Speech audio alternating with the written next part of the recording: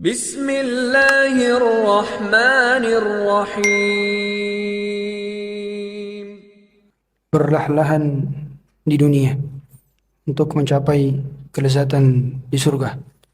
Barangkali begitulah judul kajian kita pada kesempatan kali ini, di mana Allah sendiri yang mengatakan di dalam Al-Quran, Ya ayyuhal insanu innaka kadihun ila rabbika kadhan famulaqih. Wahai sekalian manusia, sungguhnya kalian berada dalam keletihan, kecapean, kesusah payahan, sampai kalian berjumpa denganku, kemudian kalian berjumpa denganku. Sehingga dunia memang didesain dengan keletihannya, dengan kesusah payahannya. Sebabnya orang kaya pun lelah, orang miskin lelah, orang yang punya jabatan lelah, yang tak punya jabatan pun lelah. Orang berpasangan suami istri lelah, yang belum menikah pun lelah, punya anak lelah, tidak punya anak pun lelah. Menjadi ibu rumah tangga lelah, menjadi wanita karir lelah, menjadi ayah di rumah lelah, ayah di luar rumah lelah. Tidak ada seorang pun di antara kita yang tidak pernah merasakan kelelahan. Tidak ada seorang pun di antara kita yang tidak pernah merasakan keletihan. Selama kita hidup di dunia, maka berarti sepaket juga dengan kelelahannya. Karena kehidupan dunia memang didesain dengan kelelahan, agar kita merasakan ada kehidupan yang tidak ada kelelahannya. Ulaika yujzauna al-ghurfata bima sabaru wa yulaqqawna fiha tahiyyatan wa salama. Dalam surah Al-Furqan Allah mengatakan, mereka yang mendapatkan kehidupan yang indah, tempat tinggal yang menawan atas apa yang mereka sabarkan, dan mereka berjumpa dengan Tuhan-Tuhan mereka dalam keadaan tahiyyatan wa salama, penuh dengan salam kesejahteraan dan penuh dengan kenikmatan. Allah juga mengatakan dalam Al-Quran, dalam surah Al-Insan, وَجَزَاهُمْ بِمَا صَبَرُوا جَنَّةً وَحَرِيرًا مُتَّكِئِينَ فِيهَا عَلَى الْأَرَائِكِ لَا يَرَوْنَ فِيهَا شَمْسًا وَلَا زَمْهَرِيرًا. Allah mengatakan balasan bagi mereka yang bersabar. Jadi kunci daripada lelah itu semua adalah dengan bersabar. وَجَزَاهُمْ بِمَا صَبَرُوا. Apa yang mereka dapatkan dari balasan-balasan itu? Jannata wa harira, surga dan juga kenikmatan-kenikmatannya berupa sutra. Dan mereka semua sedang berada dalam kenikmatan di atas dipan-dipan. Muttaki'ina fiha 'alal ara'ik la yarawna fiha syamsa wala zamharira. Mereka tidak pernah kena terik panas matahari. Kalau Bapak Ibu sekalian tadi ke sini terkena terik matahari, ada di sini yang nggak terkena terik, dia naungi awan, terkena terik semua. Tapi di surga, penghuni surga tidak terkena terik matahari, karena mataharinya sudah diberikan kepada neraka jahanam. Jadi matahari dan bulan nantinya akan dimasukkan ke neraka jahanam menjadi bahan bakar api di neraka jahanam, sehingga penghuni surga tidak merasakan panas yang terik matahari lagi. Kalaulah saja penghuni surga terakhir kali mungkin merasakan terik matahari tatkala di mahsyar, itu pun pada akhirnya tidak sebagaimana mereka yang merasakan terik matahari bagi mereka yang masuk neraka. Maka Allah jadikan di surga tidak merasakan panas sedikit pun, baik panas api maupun panas terik matahari. Jadi zamharir adalah panasnya api, kalau syamsan adalah panas daripada terik matahari, dan tidak merasakan itu semua. Semua berada dalam keadaan lelah. Makanya para ulama ketika mentafsirkan ya ayyuhal insanu innaka kadihun ila rabbika kadhan, wahai sekalian manusia, Allah tidak mengatakan ya ayyuhalladzina amanu. Tandanya panggilan bagi yang merasa lelah itu bukan hanya orang-orang beriman saja yang lelah, tapi orang kafir pun juga lelah sama. Mereka yang merasakan panas dan terik matahari dan uang yang banyak keluar ketika mereka mengepung kaum muslimin yang berada di Madinah selama hampir sebulan perang Khandaq, itu 10.000 pasukan sekutu yang berasal dari Quraisy, Bani Ghatafan, sekaligus juga Bani Nazir. kabilah Yahudi, yang mereka berkumpul 10.000 hampir sebulan di depan kota Madinah, mengepung. Sampai persediaan makanan mereka habis. Mereka berkeringat, mereka bercucuran darah, mereka lelah. Tapi apa balasan mereka? Neraka jahanam. Neraka jahanam. Mereka yang perang Uhud, kita lihat jaraknya dekatan mana? Antara Madinah dengan Uhud atau Mekah dengan Uhud? Dekatan Madinah tentu. Sehingga yang lebih capek sebetulnya adalah orang kafir Quraisy. Yang mereka 3.000 pasukan datang ke Uhud itu dari Mekah, hadir. Jaraknya jauh, ratusan kilometer. Kalau dari Madinah ke Uhud cuma 5 kilometer saja. Dari Madinah ke Uhud. Ya. Tapi lihatlah, mereka mendapatkan kelelahan yang sama juga. Makanya Allah mengatakan dalam surah Al-Imran, "Iyamsaskum qarhum faqad massal qauma qarhum mithluh." Kalau kalian merasakan keletihan, kalian merasakan kecapaian, kalian merasakan kelelahan, maka mereka pun merasakan yang sama. Faqad massal qaum qarhum mithluh. Sama juga mereka merasakan. Maka ketahuilah bahwa orang bermaksiat capek, berbuat taat juga capek. Orang beriman capek, syirik pun capek. Ya sama. Orang melakukan sunnah, berbuat bid'ah pun juga capek. Jadi sunnah sama-sama melelahkan, dan berbuat bid'ah juga sama-sama melelahkan. Berbuat tauhid sama-sama melelahkan, berbuat syirik pun melelahkan juga. Ada orang, bukankah berbuat syirik itu butuh effort juga? Mereka datang ke gunung-gunung, kemudian mereka memberikan sajian, mereka jalan berbulan kilo. Atau ada sebagian kaum, sebagian kelompok yang datang menziarahi kuburan makam wali untuk berdoa di depan makam-makam wali. Bukankah itu capek juga? Sama capek juga. Sama capeknya seperti seorang juga tawaf, memutari Ka'bah 7 kali, berjalan kaki dari Safa ke Marwah 7 kali, berjalan dari tempat hotelnya ke Masjidil Haram, ke Masjid Nabawi. Sama-sama letihnya. Yang bahkan seorang ketika pergi umrah, minimal sehari itu dia dapat 25.000 pace, steps. Jadi saya katakan sebaik-baik kardio adalah pergi umrah. Ya. Karena di sana Anda dapatkan sehari itu 25.000 step. Ya. Jalan terus. Sehingga pada akhirnya semua lelah.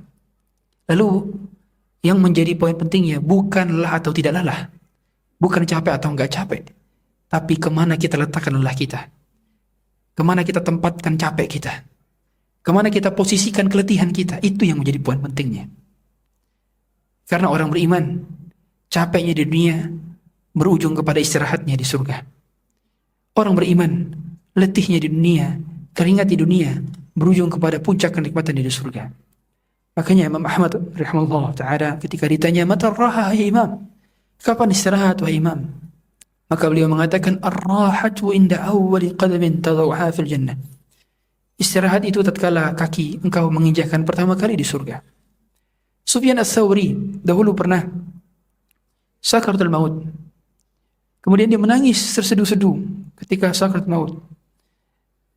Dan sekaligus dia berbahagia di satu kondisi yang sama. Ketika ditanya, "Wahai Imam, mengapa engkau demikian?"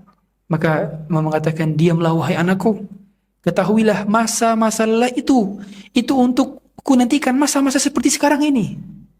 Sehingga lelahnya kemarin-kemarin yang ku habiskan untuk menuntut ilmu, ku habiskan untuk beribadah, ku habiskan untuk qiyamul lail, ku habiskan untuk menafkahi anak dan istri, ku habiskan untuk berjuang fisabilillah, itu untuk menanti kondisi saat-saat ini, untuk menantikan masa-masa ini, untuk menantikan detik-detik ini.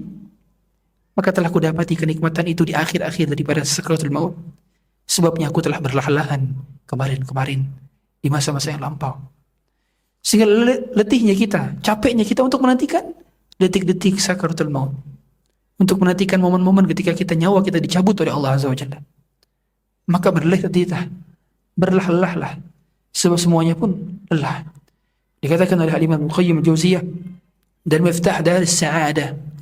Beliau mengatakan sebuah ungkapan yang sangat indah. Apa yang beliau mengatakan? Qad ajma'a al-uqala'u kulla millah ala anna an-na'im la yudraku bin-na'im. Telah sepakat semua orang yang berakal bahwa kenikmatan tidak dapat diraih dengan kenikmatan. Kenikmatan tidak dapat diraih dengan kenikmatan. Wa anna man fatahu ar-rahah, siapa yang meninggalkan daripada kelezatan, kenikmatan, maka berarti dia tidak mau banyak berkorban. Sehingga kita mengetahui di dunia ini, bukankah nikmatnya tidur setelah badan lagi capek-capeknya? Bukankah nikmatnya makan ketika perut lagi lapar-laparnya? Bukankah nikmatnya minum ketika tenggorokan lagi haus-hausnya? Sama. Puncak kenikmatan di surga adalah ketika kita sudah lagi capek-capeknya di dunia. Mengapa ada keletihan di dunia? Mengapa ada bala di dunia? Mengapa ada musibah di dunia?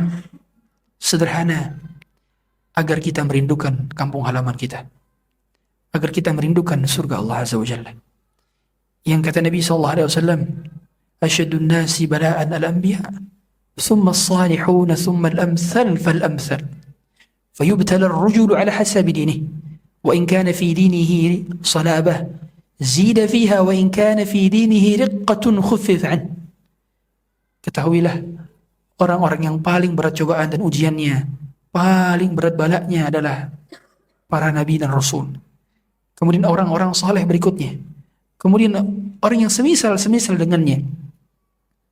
Lihat, kalaulah ujian itu bagian daripada azab, kalaulah beratnya bala yang diberikan oleh Allah Azza wa Jalla kepada para nabinya bagian daripada kemurkaan, niscaya mereka tidak akan dimasukkan ke dalam surga. Tapi ternyata mereka adalah orang-orang yang dijamin masuk surga. Mereka adalah sudah ditempatkan tempat bagi mereka di surga. Tapi mengapa ujian mereka paling berat? Tapi mengapa letih mereka paling letih? Capek mereka paling capek. Kenapa? Karena memang dunia ini tidaklah lebih berharga dibandingkan setengah sayap nyamuk. Tidak lebih berharga daripada bangkai kambing di pinggir jalan. Yang Nabi SAW mengatakan, "Lau kanatid dunya ta'dilu 'inda Allah janaha ba'udah, ma saqa kafiran minha walau syarbata ma." Seandainya dunia senilai atau setara dengan setengah sayap nyamuk, maka Allah tidak akan memberikan minum seteguknya kepada orang kafir. Ternyata orang kafir bukan hanya minum seteguknya, tapi minum berteguk-teguk. Dan mereka hanya bukan minum, tapi mereka menikmati dunia dengan mobil mewahnya, dengan rumah megahnya, dengan kasur empuknya, dengan makanan lezatnya, dengan minuman penghilang dahaganya. Tandanya dunia tidak setara, tetapi lebih hina dibandingkan setengah sayap nyamuk. Lalu apa yang kita harapkan dari setengah sayap nyamuk ini? Bukankah setengah sayap nyamuk yang kalau saya jual kepada antum sekalian, antum tidak akan membelinya? Tidak akan membeli. Tidak ada seorang pun yang menjual setengah sayap nyamuk. Dan sekiranya dijual pun tidak ada orang yang mau membelinya. Karena balasan bagi orang beriman adalah surga Allah Azza wa Jalla. Balasan bagi orang beriman adalah melihat wajahnya. Balasan bagi orang beriman adalah tatkala bertemu dengan Rasulullah SAW di haudnya. Balasan bagi orang beriman adalah berjumpa dengan keluarganya di surga. Itulah balasan bagi orang beriman. Yang balasan bagi orang beriman rendah sekali apabila dihargai dengan dunia.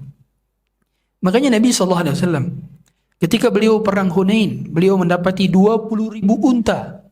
Satu unta itu dihargai 50 juta sampai 100 juta kalau harga sekarang. Silakan dikali berapa 20.000 unta itu. Miliaran. Bahkan mungkin ratusan miliar, mungkin hingga triliun. Tapi lihatlah bagaimana beliau membagi-bagikan itu tanpa menyisakan sedikit pun untuk keluarganya. Beliau bagi-bagikan. Sampai-sampai ada orang Badui yang datang kepada beliau sallallahu alaihi wasallam, "Ya Muhammad, i'tim malillahi alladhi 'indak." Wahai Muhammad, berikanlah apa yang Allah karuniakan kepada engkau. Berikanlah wahai Muhammad. Maka Nabi SAW pun memberikan wadiyani min ghanam, 2 lembah dari kambing. Hingga akhirnya orang ini pergi ke kampungnya mengatakan, berteriak, "Ya qaumi aslimu fa inna Muhammadan idza a'ta lam yakhsha al-faqah." Wahai kaumku, masuk Islamlah semua kalian, karena Muhammad kalau sudah memberi tidak takut miskin. Sehingga beliau terkadang memberikan hadiah kepada seorang padahal saudaranya lebih beliau cintai dibandingkan orang yang diberikan hadiah. Beliau memberikan hadiah justru kepada orang-orang yang baru masuk Islam, bukan kepada mereka yang sudah lama meluk Islam, bukan kepada para Ansar yang sudah setia menemani perjalanan hijrah beliau, perjalanan perangnya beliau, perjalanan hidupnya beliau berada di Madinah. Tapi Ansar tidak sama sekali mendapatkan satu unta itu. Jangankan satu unta itu, satu tusuk daging unta yang disate saja tidak mendapatkannya, apalagi satu untanya. Yang Nabi SAW kemudian mengumpulkan mereka karena ada sekelintingan bahwa orang-orang Ansar mengatakan bergerutu, laqiya Rasulullah SAW qaumah. Nabi SAW telah berjumpa dengan kaumnya hingga lupa sama kita nggak diberikan apa-apa. Tatkala itu Nabi SAW berikan kepada para sahabat yang baru masuk Islam. Abu Sufyan dan keluarganya diberikan 300 ekor unta. Nadhr bin Harith, Malik bin Auf, Hakim bin Hizam diberikan masing-masing 100 ekor unta. Safwan bin Umayyah diberikan 100 ekor unta, bahkan tambah lagi 200 ekor unta. Tapi Nabi tidak berikan sama sekali kepada Ansar.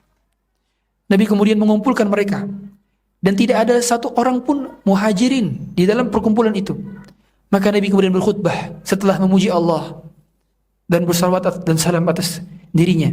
Kemudian Nabi SAW mengatakan, "Ya ma'asyarul ansar, alam atikum dullalan fahadakumullahu bih." Wahai sekalian Ansar, bukankah kalian dahulu berada dalam kondisi tersesat dan aku yang memberikan hidayah melalui perantaraku? Allah yang memberikan hidayah kepada kalian melalui perantaraku. Alam atikum aduwan, bukankah kalian dahulu saling bertengkar? Fa aslahakallahu bi, dan kalian digabungkan, kalian disatukan hatinya melalui perantaraku. Kalian dahulu bertengkar, suku Aus dan Khazraj, ratusan tahun lamanya, dan Allah menyatukan hati-hati kalian melalui perantaraku. Bukankah kalian dahulu dalam keadaan kondisi fakir dan miskin sehingga kalian sekarang mendapatkan banyak kenikmatan harta setelah menaklukkan peperangan-peperangan? Maka kemudian Al-Ansar tunduk, menundukkan kepala-kepala mereka dan hanya mengatakan, Allahu wa rasuluhu aman wa afdal. Sungguh Allah dan Rasulnya lebih pantas untuk kami sebut jasa-jasanya. Maka Nabi SAW pun mengatakan, Ya ma'asyar al-ansar, law qultum lasuddiqtum. Kalau seandainya kalian berkata dan kalian tidak akan didustakan, kalian akan dibenarkan. Nabi mengajarkan kepada Ansar sekalian untuk berargumen. Diajarkan contoh berargumen sama Nabi SAW. Karena Ansar beradab sekali. Mereka tidak mau membantah Rasulullah SAW. Mereka hanya menundukkan kepala-kepala mereka. Maka Nabi mengatakan, bukankah kalian dapat mengatakan, wahai Ansar, ya Rasulullah, bukankah kau dahulu berada dalam kondisi kesulitan dan kami yang menolong kau? Kau diusir dari kampung halamanmu dan kamilah yang menampungmu. Kalian dapat mengatakan itu, wahai Ansar. Tapi tidak bagi Ansar. Ansar justru terdiam. Mereka menundukkan kepala mereka sambil menangis. Maka Nabi SAW mengatakan kepada Ansar, lihat ucapan yang wajib ditulis dengan tinta emas.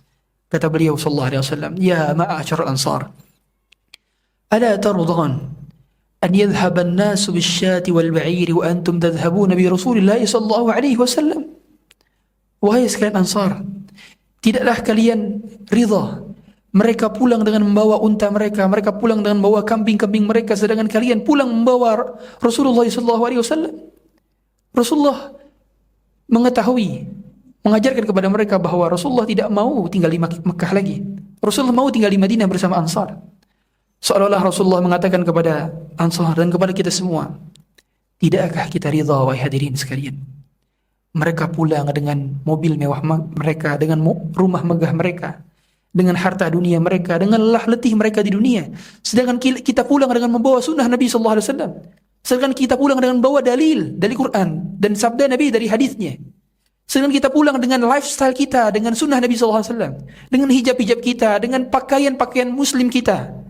Tidakkah kita ridha? Mereka pulang dengan gadget mewah mereka, sedangkan kita pulang bawa sunnah Rasulullah SAW. Tidak kita ridha. Maka lalu mengapa kita masih memilih kambing-kambing yang sudah menjadi bangkai itu? Kita lebih memilih setengah sayap nyamuk yang sudah berjatuhan itu. Kita lupa bahwa kita sedang mendapatkan warisan daripada Nabi SAW. Duduknya kita di majelis ini. Maka hadirin kalian, berlatihlah untuk kondisi ini. Karena kondisi di mana kita sudah tidak akan lagi didudukan. Kalau sekarang saya dipersilakan duduk dan hadirin pun duduk, maka nanti di hari kiamat tidak ada seorang pun yang dipersilakan duduk. Yauma yaqumun nasu lirabbil alamin. Hari di mana manusia berdiri di hadapan Allah Azza wa Jalla. Berdiri. Tidak ada seorang pun yang duduk di sana. Yang semuanya sedang menanti keputusan Allah Azza wa Jalla 40 tahun lamanya. Barulah Allah datang bersama para malaikat. Wa jaa rabbuka wal malaku saffan saffa. Allah kemudian mendatangkan neraka Jahannam.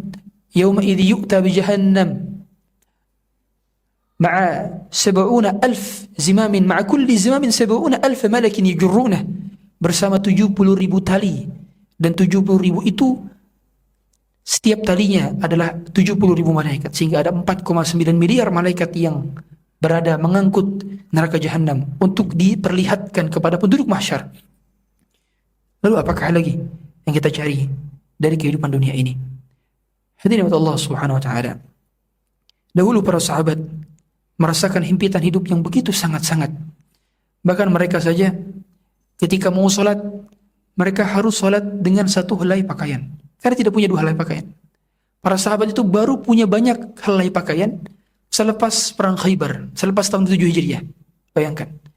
Jadi dari semenjak mereka diperintahkan salat tahun 10 kenabian, mereka tidak banyak yang punya dua helai pakaian. Rata-rata punya satu helai pakaian saja. Makanya Mus'ab bin Umair ketika itu beliau diwafatkan dalam keadaan satu helai pakaian di tubuhnya. Ketika kain kafan ditarik ke kepalanya, maka kedua kakinya tersingkap. Ditarik ke kakinya, maka kepalanya tersingkap.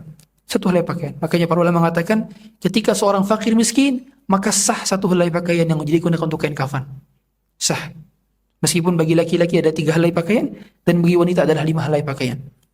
Tetapi lihatlah bagaimana susahnya para sahabat. Pernah bertanya kepada Nabi SAW, "Ya Rasulullah, apakah kami sah salat dengan satu helai pakaian?"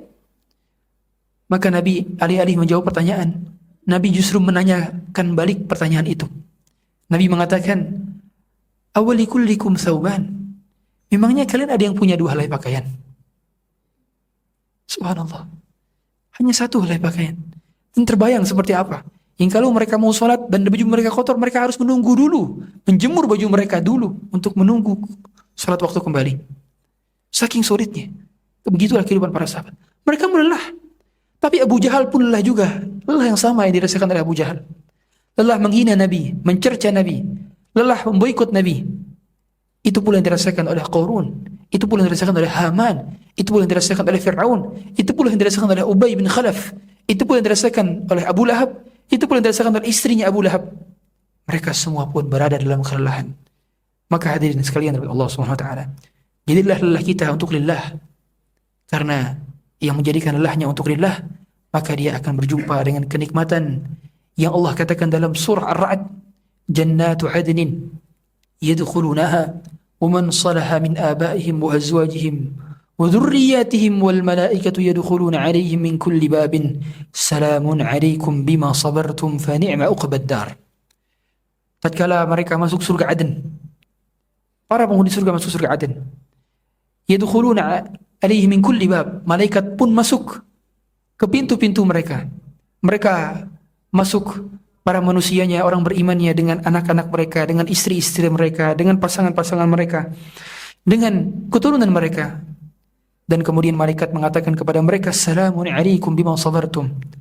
Salam tercurah limpahkan kepada kalian, wahai penghuni surga, atas apa yang dahulu kalian sabarkan. Sehingga ucapan pertama kali penghuni surga ketika masuk ke dalam surga apa? Selain Masya Allah, idz dakhalta jannataka qulta Masya Allah. Pertama kan Masya Allah. Yang kedua adalah Alhamdulillahilladzi hadana li hadza wa ma kunna linahtadiya laula an hadanallah. Itu kalimat bersama yang diucapkan orang ketika masuk surga. Dan kemudian mereka mengatakan alladzi ahallana daral muqamati min fadlih la yamassuna fiha nasab wa la yamassuna fiha lughub. Yang telah mempersilahkan kami untuk menikmati menjadi mukimin di surga, yang kami tidak merasakan keletihan juga kecapean. Kata para ulama, nasabun itu adalah keletihan ketika sedang bekerja. Kalau lughub adalah keletihan selepas bekerja. Jadi kita kan ketika bekerja, ketika ibu-ibu misalkan lagi cuci piring, lagi masak, lelah masaknya. Habis masak lelah lagi. Ya. Scrolling lelah lagi. Ya. Lelah. Dan di surga tidak ada kelelahan pra, ketika, dan pasca, tidak ada. Tidak ada kelelahan ini. Bukankah hadirin sekalian, pernahkah hadirin sekalian tidur seharian dan lelah?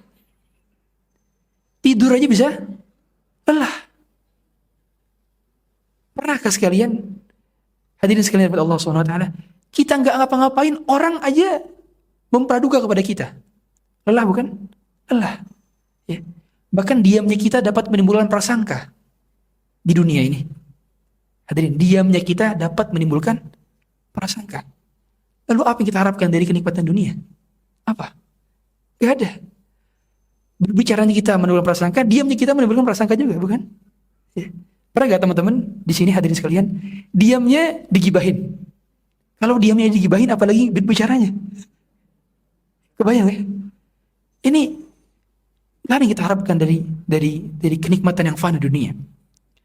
Karena kalau diamnya kita saja pun mendapatkan respon buruk dari orang, apalagi sikapnya kita. Maka ketahuilah hadirin sekalian oleh Allah SWT, tidak ada seorang pun di dunia yang tidak pernah merasakan kelelahan. Dan puncak daripada kelelahan itu adalah sebetulnya adalah kemaksiatan.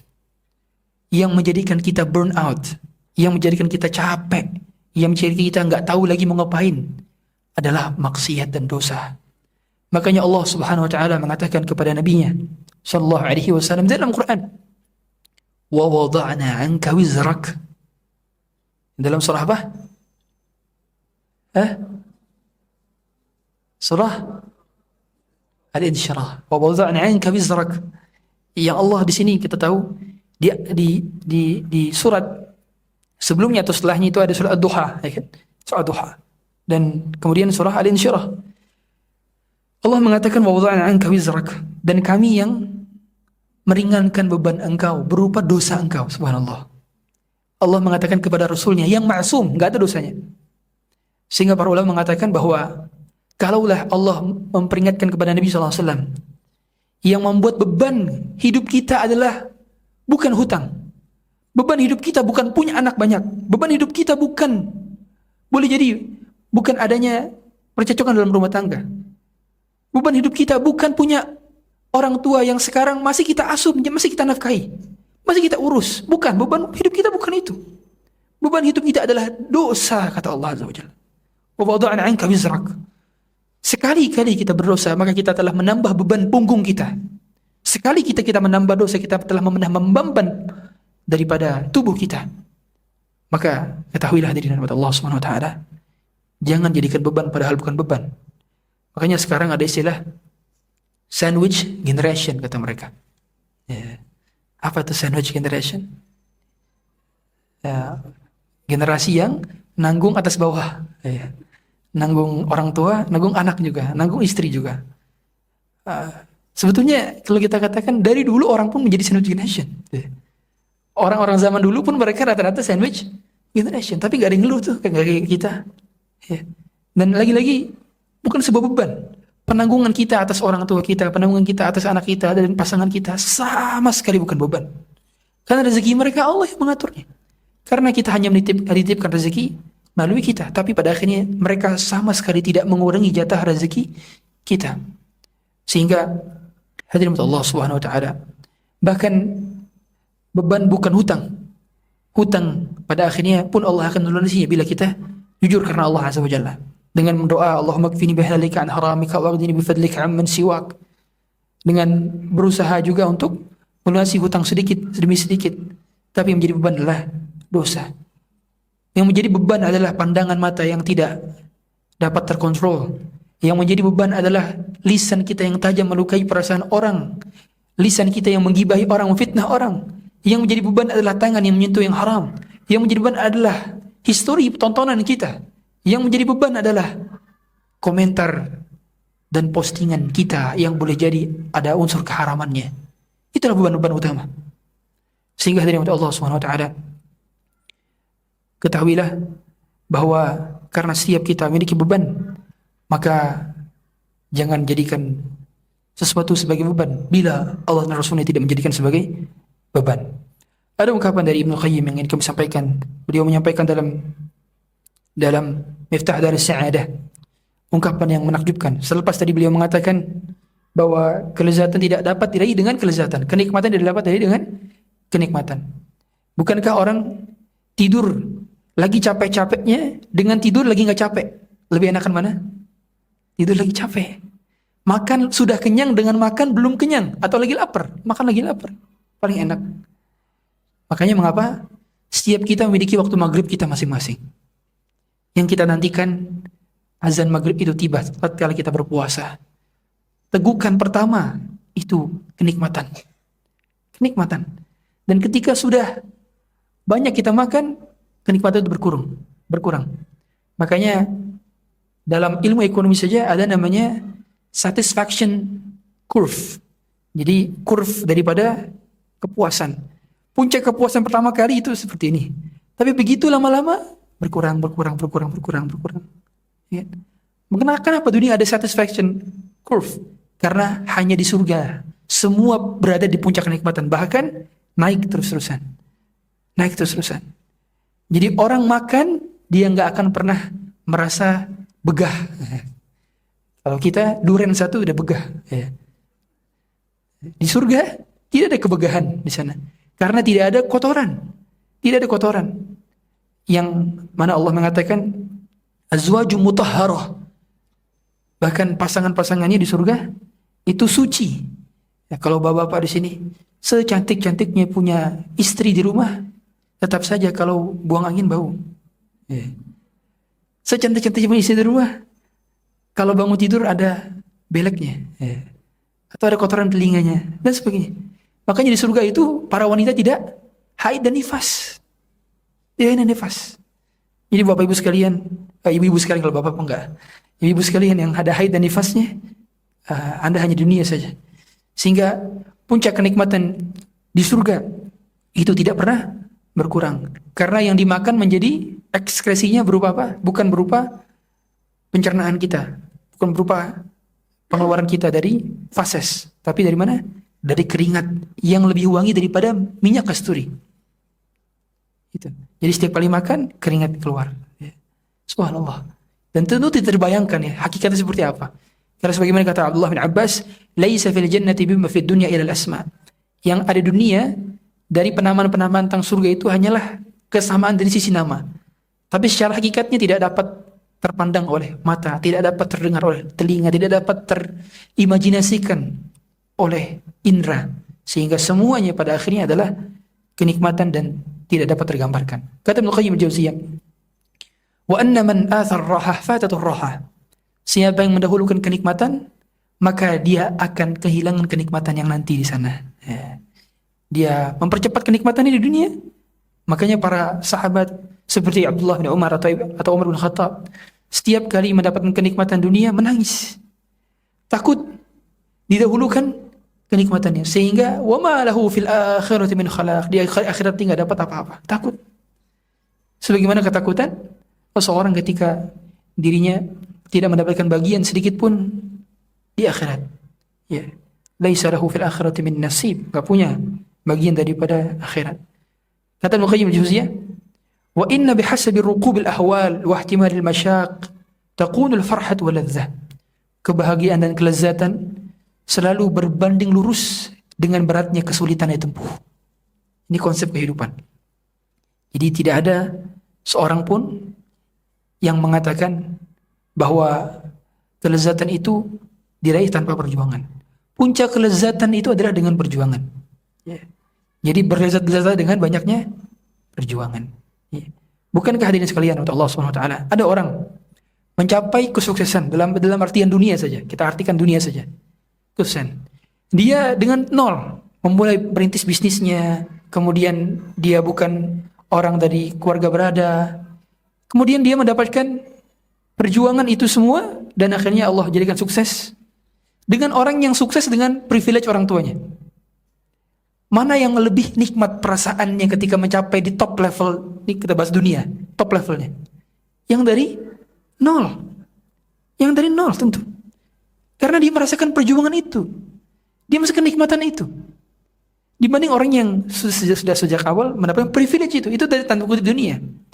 Apalagi dalam kehidupan akhirat. Yang paling berjuang, itulah yang mendapatkan puncak kenikmatannya nanti. Makanya mengapa pahala kita, ganjaran kita sesuai dengan kadar effort kita. Walhamdulillah.